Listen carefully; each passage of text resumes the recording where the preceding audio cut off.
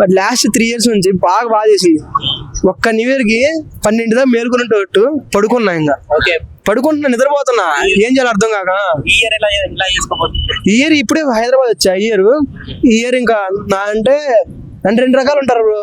ఒకటి తాగి పడుకునేవాడు, ఇంకోటి తిరిగేవాడు. ఇప్పుడు నేను తిరుగుతా హైదరాబాద్. ఆ నైట్ మొత్తం హైదరాబాద్ రేడియస్ ఎంత ఉందో మొత్తం తిరిగి వస్తా. అందుకే బిజిలీ నైట్ లో బండి కూడా తీసుకున్నా. పోలీసులు ఏం తీసుకుంటారు బ్రో? నాకు లైసెన్స్ ఉంది, హెల్మెట్ మా ఫ్రెండ్ గాడిది ఉంది, ఇంకేం కావాలి? అది తిరుగుతా. వేగా హెల్మెట్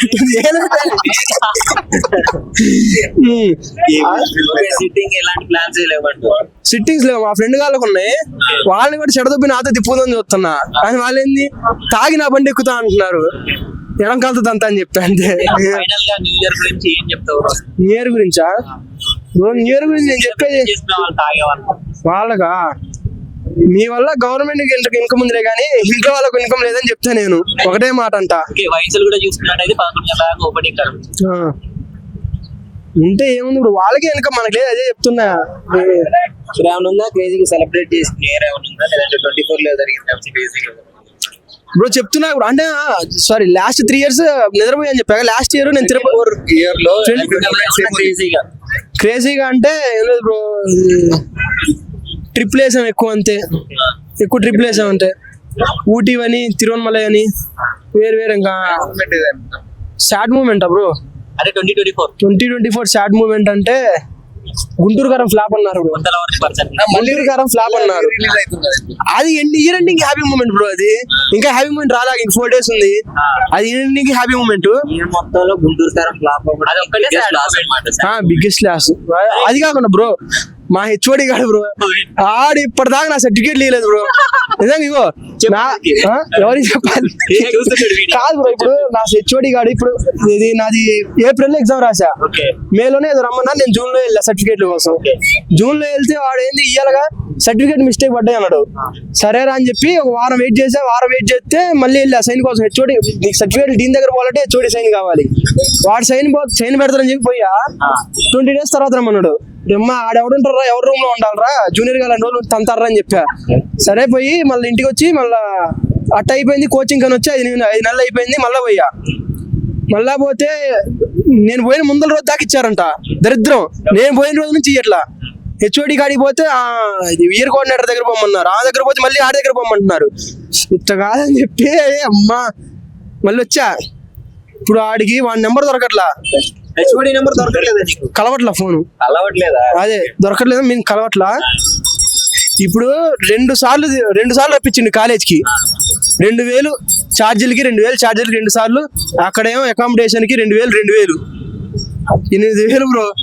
ఎవరికి చెప్పుకోవాలి? ఇప్పుడు మళ్ళీ 3వ సారి పోతే అక్కడ మళ్ళీ పంపిస్తున్నాను బాధ నాకు. నా కొడుకు ప్లీజ్ బ్రో, ఇది కొంచెం మర్చిపోయా సార్. సర్టిఫికేట్ సేకరణ సార్, ఆ తమిళ వాళ్ళకి అర్థం కాదు మళ్ళా, అది నా బాధ. సరే,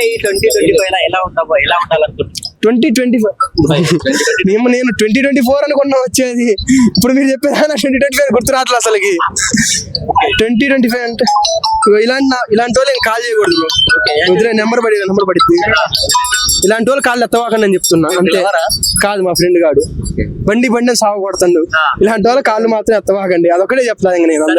2024 లో లవర్ ఉందా బ్రో నీకు? 2024 లో ముగ్గురున్నారు బ్రో. ముగ్గురు వదిలేసా. అయిపోయింది. అంటే ఒక అమ్మాయి ఏమైంది ఆ మాట అంటే నేనే వదిలేసేవాడిని, వేరే వాళ్ళు చేస్తారా అన్నది, అందుకని వదిలేసి వచ్చింది. ఎవరు నా నుంచా బ్రో? నీ ఫస్ట్ లో అప్పుడు నీకు బాధేసిద్ది, తర్వాత అలవాటు అయిపోయింది.